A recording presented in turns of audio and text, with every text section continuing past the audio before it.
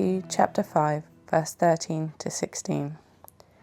You are the salt of the earth, but if the salt loses its saltiness, how can it be made salty again? It is no longer good for anything, except to be thrown out and trampled underfoot. You are the light of the world. A town built on a hill cannot be hidden. Neither do people light a lamp and put it under a bowl.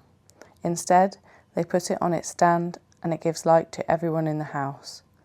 In the same way, let your light shine before others, that they may see your good deeds and glorify your Father in heaven. We're continuing to think about the church today in this series that we're doing called Ekklesia, which is the Greek word for church or gathering. So here's a question to chat about with the person sitting next to you for a minute or two. What does a Christian look like? It's an open question. Interpret it as you want.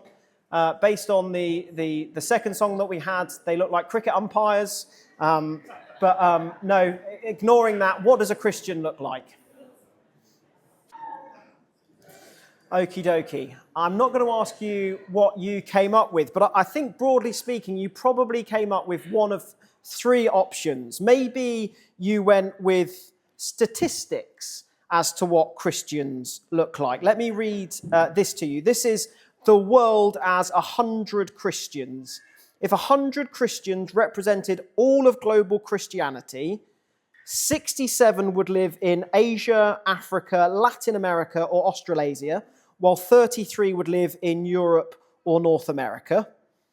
65 would be found in urban areas as opposed to 35 in rural areas. Linguistically, 16 would speak Spanish as their mother tongue, 10 English, 8 Portuguese, 5 Russian, and 3 Mandarin Chinese. 64 would be between the ages of 15 to 64, while 26 of them would be under 15.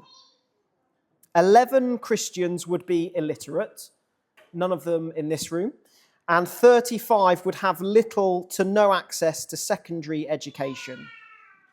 Roughly half of Christians would have access to the internet. 14 would have no access to safe water. 79 Christians would live in countries with moderate to high corruption. 35 would live in countries with low development. And perhaps the most salient piece of information for the question of what does a Christian look like? A typical Christian today is a non-white woman living in the global south with lower than average levels of societal safety and proper health care. This represents a vastly different typical Christian than that of 100 years ago. So that's one way of describing what a Christian looks like, statistics. Or maybe when you were discussing it, you went with characteristics. A Christian is kind and caring. A Christian loves the poor and needy. A Christian is someone who devotes their lives to doing good. That would also be a good way to describe a Christian. So you've got statistics, you've got characteristics, or maybe you came up with practistics, which is a word that I've made up, but it keeps in with the istics. And what I mean by it is this. You could describe a Christian by their practice.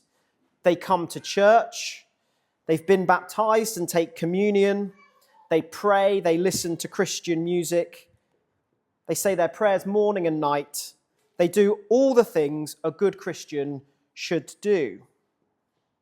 Now, they might all be good definitions of what a Christian is, but they're not the descriptions that Jesus uses for a Christian.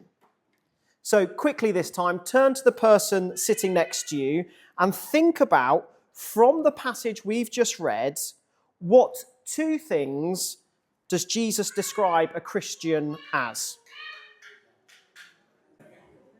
Okay. What's the first thing in the passage that Jesus describes Christians as? Just shout it out. Salt, absolutely. Verse 13, you are the salt of the earth. And what's the second thing in verse 14? Light, absolutely. Verse 14, you are the light of the world.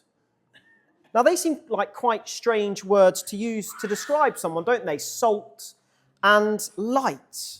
But Jesus didn't pluck those words out of thin air. They're rich with meaning, and I want us to unpick them for a couple of minutes. But let me tell you where we're going before we start doing that. Jesus is saying this. As Christians, collectively as the church, the gathering of God's people, we are called to be different to the world. Now, we're called to be different not for the sake of being different. Jesus isn't telling us just to wear socks and sandals to be different. He's not telling us to eat baked beans and mayonnaise just to be odd. I'm telling you to do that, but Jesus isn't telling you to do that. Jesus is telling us to be different so that we will be salt and light to a corrupt and dark world. Let's start with salt. Who here likes the taste of salt? I don't mean likes putting salt on things, but who likes the taste of pure salt? Let's put that to the test. Who would like to come up and have some salt? Nathaniel's up for it. Anyone else? Come up if you want to. Right, dip your finger in and have some salt. You got any salt on your finger there? Pinch some salt. Yeah. It's like, that's good. It's like fish and chips. Yeah, well, it does taste like fish and chips if you have salt on your fish and chips. Yeah. Okay, right, go and sit back down then. If you've had, do you want some salt? Okay, I didn't think the salt would be as popular as it's been. But I guess, yeah, you like that? Okay.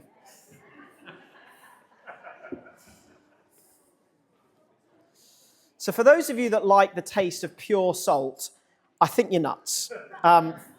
Which is ironic because nuts and salt and all that. But we've just come back from a holiday in Crete. That's a humble brag for you there. And I went sea swimming every day. That's another humble brag right there. And every time I went swimming, I'd end up swallowing a mouthful of seawater as I breathed up and the wave crashed over my head.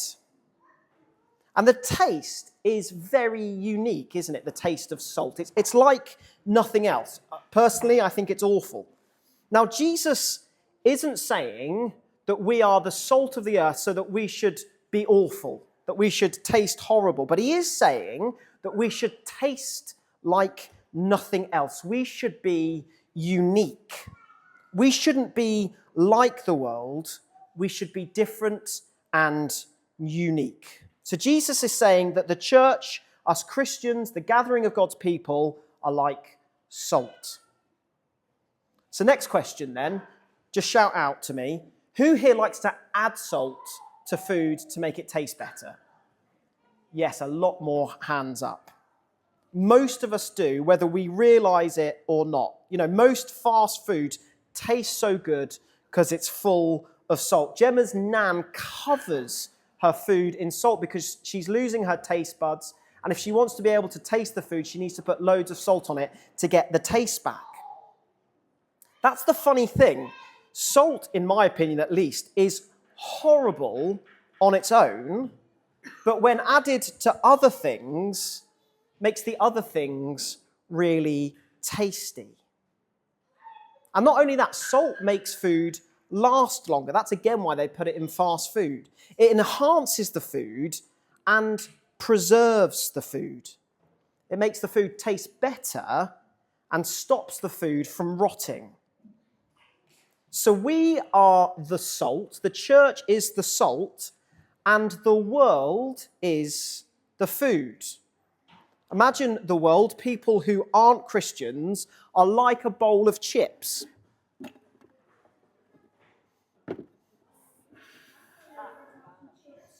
It was strange air frying those at 10:30 last night. And they didn't all make it into the bowl, I can tell you that. Jesus is saying that salt, that is the church, makes the food, that is the rest of the world, better and less rotten. When the church tells people about the love of Jesus and they believe, they're making the world taste better. When the church shows people about the love of Jesus through soup kitchens and homeless shelters and social action against child exploitation and campaigning against all sorts of things, the world sees the love of God in action and the world is made less rotten. And the church is called to stay salty, to not lose its saltiness by becoming like the world, but to be distinct, different, unique, bringing all the flavour enhancement and rot resistance that salt brings. What the world doesn't need, what the chips don't need, is more chips. There's no point in that unless you just want more flavourless chips. What the chips need is salt. And that's what the church is called to be. Just think back to the funny thing about salt, that it tastes horrible on its own, but with food it makes it really tasty.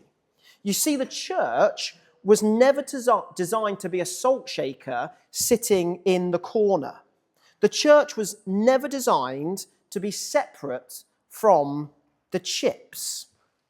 You see, the salt is meant to be in the world.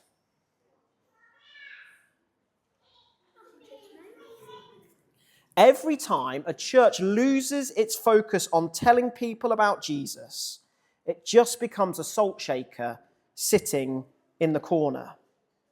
And that's why these Mission Sundays are so important, to make sure that our mind is always thinking about what the church is meant to be doing, bringing glory to God by sharing his good news with people, being in the world, but not of the world. And that brings us on to the light. Jesus is making a similar point here too.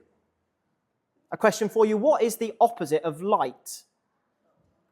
Technically, it's not. Technically, darkness is the absence of light. But yes, let's go with darkness and light being opposites. And the Bible uses the image of light and darkness all the time, particularly in John's Gospel. The darkness is the world, bullying and corruption, fighting and greed. And without any light at all, dark gets really dark. We don't see real darkness very often anymore, but when you do experience it, when you can't even see your own hand in front of your face, it's really scary. But even the smallest flicker of light, and everything changes. And Jesus describes himself and his church as the light in the darkness. So the church is like a candle.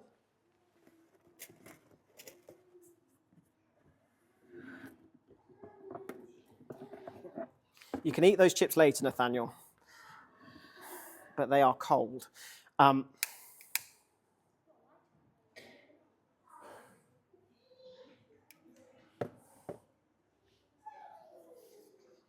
that's the role of the church, to be light in the darkness. As we think again about Mission Sunday, we see that the role of church is to go into all corners of the earth, bringing the good news of Jesus Christ, the hope of the gospel, to all the dark corners of the world. Whilst I was on holiday in Crete, have I mentioned that I went on holiday to Crete? Have I mentioned that? Has that come up in conversation? Whilst I was on holiday in Crete, I read Jackie Pullinger's book, Chasing the Dragon. Now, Jackie Pullinger was a missionary that went to the most corrupt and rotten part of Hong Kong, the walled city. And maybe at the time it was the most corrupt and rotten part of the whole world. She speaks about the spiritual and literal darkness of the walled city. And what did she do? She told people about Jesus. She told the triad gang leaders that they were doing wrong. She healed the sick and loved people who had never experienced love before. She was completely different to the people around her, not just because she was a white Western woman, but because she had the light of Christ in her. She was salt. She made things taste better and made them less rotten. And she was light, as she showed the darkness a great light. She showed the evil and corruption of the walled city the blinding light of Jesus Christ, and it could not overcome it. You see, the risk of losing our saltiness is that we stop being different to the world. We start conforming to the world. We stop making things better, and we just become like those things. And that's no good for the world, and that's no good for the church. The risk with the light is that we stop showing people that we're different. Salt loses its saltiness when it stops being different. Light becomes pointless when we hide it. As the passage says, no one puts a bowl over a lamp.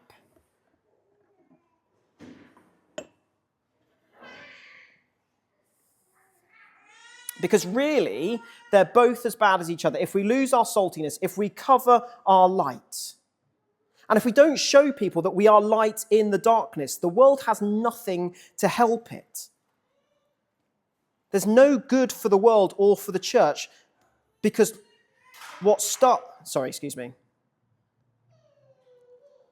There's no good for the world, because look what's happened to the light.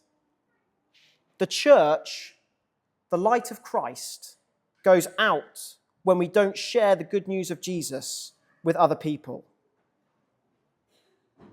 So we are to be salt and light, individually and as a church. We are to make the world taste better and be less rotten. And we're meant to shine the light of Jesus into the dark places. And we're called to do that together here in Corby and across the world. Let's think about things here in Corby first, because I feel like this is a very timely passage. 2 nights ago, all across the world, we saw it whilst we were on holiday in Crete. Have I mentioned that? Yeah, I have mentioned that, okay. Everyone was dressing up for Halloween, dressing up as witches, dressing up as dead people, dressing up as ghosts, and all sorts of evil things. And we might just choose to brush that off and say that it's just a bit of fun, just a bit of a laugh, that it has its roots in Christianity. But I don't think we can be okay with it. I think if we're okay with it, we're losing our saltiness, and we're choosing to cover the light that we have. Now, this isn't a word of judgment over anyone. I was at the petrol station last night, and someone from, I live over in Gretton, someone from Gretton was fueling up at the petrol station as well. And she dresses quite weirdly anyway. And we walked into the petrol station together. I said, "Oh, are you going off to a Halloween party?" And she said, "No." And I don't know whether she was joking or not, because she had her daughter with her, and her daughter was in like a fancy dress thing as well. And so I didn't want to be like, "No, come on, like level with." I didn't want to double down on the mistake that I'd made potentially. So I said, "Oh, just another day in the village then." And I thought about it at the time, and I thought I wasn't very salty in that situation. Assuming that she was joking and that she was dressed up for a Halloween party, I basically just kind of condoned it and walked on. Whereas maybe I should have said, have a chat with her and just say, I'm not really into Halloween. Jesus is the light, and he's come to overcome the darkness of the world. Maybe I should have said that, because I read Jackie Pullinger, and I'm pretty sure she would have said that. And I read scripture, and I'm certain that Jesus would have said that. I mean, Jesus would have known whether she was dressing up for fun or not, so he has kind of a slightly unfair advantage in that regard. But he would have in love challenged that situation, I think, and I didn't. So in that sense, I wasn't very salty last night. So this isn't coming as a judgment. This isn't me saying that you shouldn't do something, because I didn't do it last night either. But I think if we start supporting Halloween, we lose our saltiness. Every Halloween, a team from St. John's go onto the Exeter estate, they light a fire, and they talk to people about Jesus. And it happens all over the country. It's called Light Beacons. That's a great way to be salt and light in your community. to be different for God. And maybe you're feeling called after this morning to support people on the mission field in far-flung places, in Burundi or Hull. I always find that funny that it's Burundi and Hull. Like, you know, one is in Africa and is one of the most impoverished countries in the world, and the other is Hull, which probably is very similar. I don't know. But anyway, now I've been to Hull. It's lovely. Maybe you're feeling called to support mission. And if you are, come and speak to Russell about that, or speak to me or Paul when he's feeling better. Maybe even more than that, you're feeling called to go. Maybe you've heard God say to you or felt God say to you, I want you on my mission field somewhere. Again, come and talk to us if that's the case. We would love to support you in that.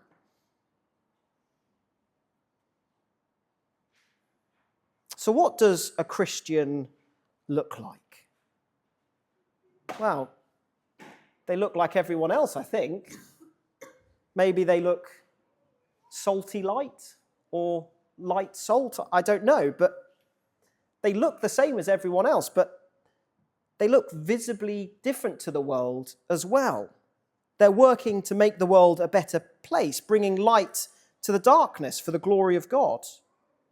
And that's what the church together is called to do as well, to be light in the darkness, and the means by which God is preparing us all for his glorious return.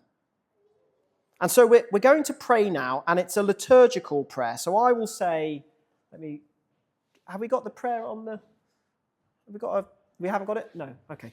I'll say it all, don't worry, just listen to this liturgical prayer. You are the salt of the earth.